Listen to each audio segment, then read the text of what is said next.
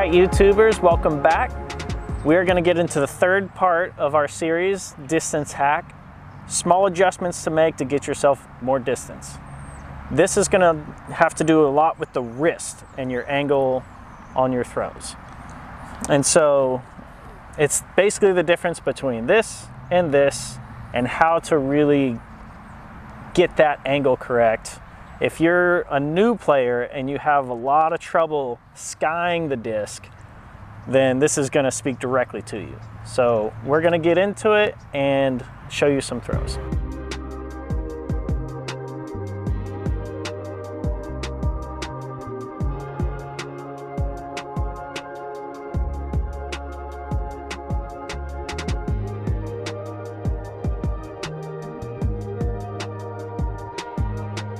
All right, so as you can see, the throws on that didn't go far. They kind of hyzered out super quick, went straight into the air. If, again, like I said earlier, if you're really new to this game, that's one of the biggest issues we see. So a tip we have to get your wrist angle corrected, there's a couple ways to think about it. I've heard the teapot method, where you're basically pouring a teapot in front of you and you're getting your wrist to kind of bend down as much as you can. Another way I like to talk about it is pretend you're shaking the hands of a super tall human, Shaquille O'Neal perhaps, and you have to kind of meet him at his level up here, and then you bring it down, and as you can see, the disc fits right in your hand and is nice and flat.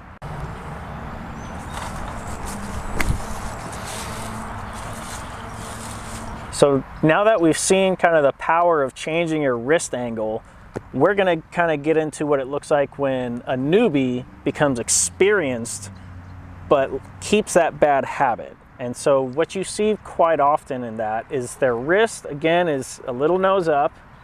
And so to fix that, they have to bring this all the way down here, and you see a lot of people with rounding issues, like getting their wrist out in front of them too much, and they end up releasing from the hip. What do you think that does most to the person's throw? I think it sacrifices quite a bit of power. You're taking away from the slingshot portion of your throw a little bit.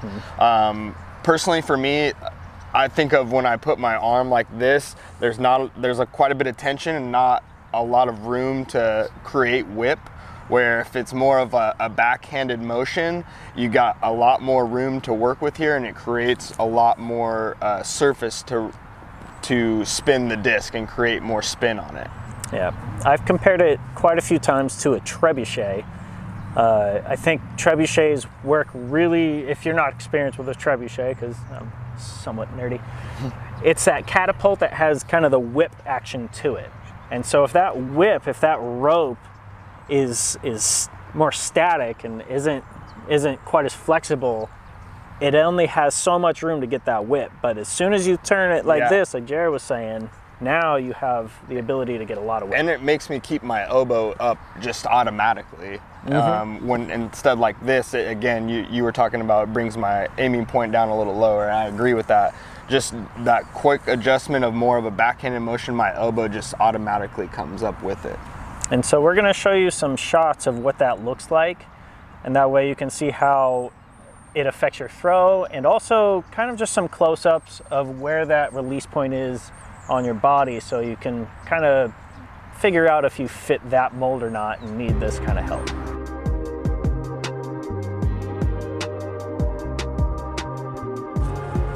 That hurt. That felt super draggy to even attempt it. And you might not notice it if you do it all the time, but like I don't throw like that often, and it's just draggy, and I feel a lot of pain back in this direction on a throw like that. Or the throw wasn't that bad, but I'm trying a lot harder to get it going in that direction. Yeah, it's always interesting to me to kind of do what we're doing and feel like, oh man, that didn't feel great. Yeah. No, it happened to me in last week's video. Yep. Check that out up here if you haven't.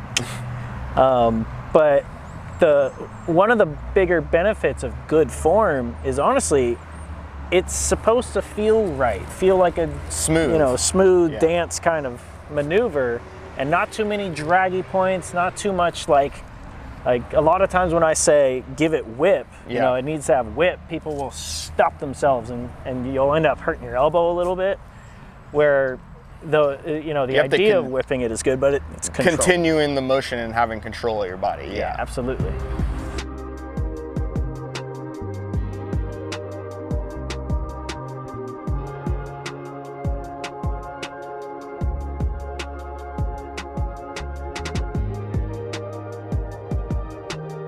All right, if you're liking these videos, please leave a like and subscribe.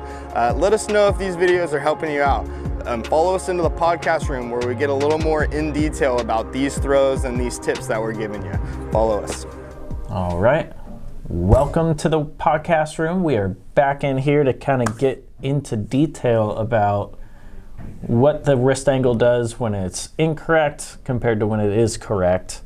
So we're gonna get into some video, and as you can see, this is kind of a slow motion. If we pause it in his reach back right there, you can see the disc is up. You can see the bottom of it. Yeah. Do you think that's good, bad, or neutral as far as having it in your backswing like that? I think it's correctable to start like that, but I think it creates a bad habit for a newer player potentially. As you get a little more advanced into the game, I think you can kind of add a little more things like that, and we might talk about that later. But starting out being a newer player, most likely it's just gonna hurt you in the long run to start off with that nose up angle. Yeah, and as we have it go through a little farther, we can see that nose up continues all the way through, which is really what ends up being bad. And this was me trying to throw bad to show the bad result as well. So it is a little overcorrected in some throws as well. So yeah, your nose angle was exaggerated, but again, with newer players, sometimes that is the key problem, is it is exaggerated enough. So let's go into a video of what it looks like when you correct that problem, but in the wrong way. This would be the reach back part of it. You can already tell I'm reaching really far back, like I'm extending my reach, and my nose angle is a little bit up to me, but I'm starting it so down low to focus on the flat part of it. But as we continue here, we'll see the rest of it, Sam. All right, yeah, as we go through that full swing, I notice that you never see the bottom of the flight plate. And so you might think, great, corrected the problem. But like I mentioned earlier, this is kind of the wrong way to correct it, which is now your release point is so low that you're gonna be giving up a lot of power. Your ceiling will be lower. If this is your issue, you may not ever really get past 330, 340 feet if you even master it that way, you know what I mean? So correct. Let's get a still shot of what that looks like kind of midway through the release. As you can see here, it's basically at your hip, and so your elbow isn't up. You don't have the ability to get your shoulder into the throw, which we may talk about in the next video. Now, and I said in the first part of our video here that it hurt when I threw it like this. It's just because this creates a lot of drag. It like almost has you forget about your elbow being involved in the throw a lot. So it creates a little more injury prone in the shoulder area. So we want to bring that disc up, but create a better angle, and you can use the whole strength of your arm and tension of your arm to create that whip to create more distance for you. Yeah, and when they talk about hitting the power pocket, I don't see a possible way to hit the power pocket if your release point is near your hip. No power pocket. And again, that's a bit exaggerated, but we've all seen players who have that problem, who tried to address getting their nose angle right, but in the wrong way. So we're gonna get into what it's supposed to look like when your nose angle is good, your elbow is high. You can see, we pause it at the reach back, and you can see a little bit of the underside of the disc, but it's not as exaggerated as that first one. And as you can see, when he goes all the way through, we pause it at the halfway point, flat as a board. Yeah, flat, good power pocket. I lunge with my shoulders a little too much for me, but that's just me being picky. But you can tell the nose angle, it's coming out very flat. And that's caused, you can see his wrist really kind of bent down to allow that disc to be nice and flat and to get that clean release on a hyzer angle. If you put a bar right from the elbow to the end of the disc, it's pretty much a straight line. And that's what we're going to be looking for as far as throwing with a good nose angle.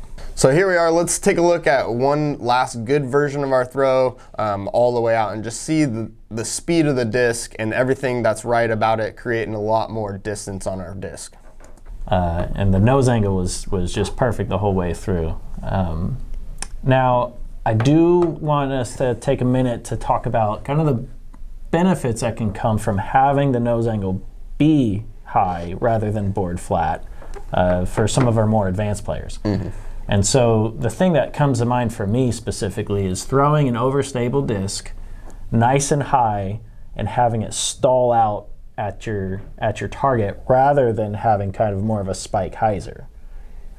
And so I'm a fan of that shot myself. I think it gives a lot of control, especially when you do it on purpose and you kind of plan it to shorten your throw and to come in at an angle by the basket. So you're a nose angle guy. I'm more of I adjust my grip completely and it creates a little more nose angle, but I move my thumb in to create that. I recommend for newer players pretty much, go out to a field and practice the two extremes. Practice extreme nose up and see if you can create a flight that you like. Practice that extreme nose down and see if you can create that extreme turnover line that maybe is suitable for your game that you don't know you already have. Yeah, one of the beautiful parts about this game and why I like talking about wrist angles so much is it really does, like you said, give you different flights of the disc. And when you have a control over that, it opens your game up, especially if you're playing wooded courses and even open courses where there's a lot of wind. Nose angle is huge when there's a lot of wind. And so it's something to definitely keep in mind and to practice and to master. All right, just like our previous videos, we do have a giveaway. We're excited about this one. It's the Aromatic Arrowhead. This is Nico Lacastro's lineup. They're pretty awesome discs. I think the grip on them is super impressive. It smells great, which is kind of a unique thing. And as you can see, the flight on it, pretty true to the numbers, a 4301. Didn't have a whole lot of fade at the end and really just a straight flyer.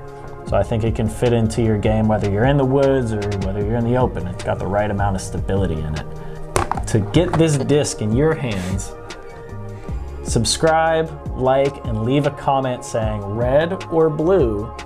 And please leave your Instagram handle so we can get in contact with you, so we can get your address to get you your awesome disc.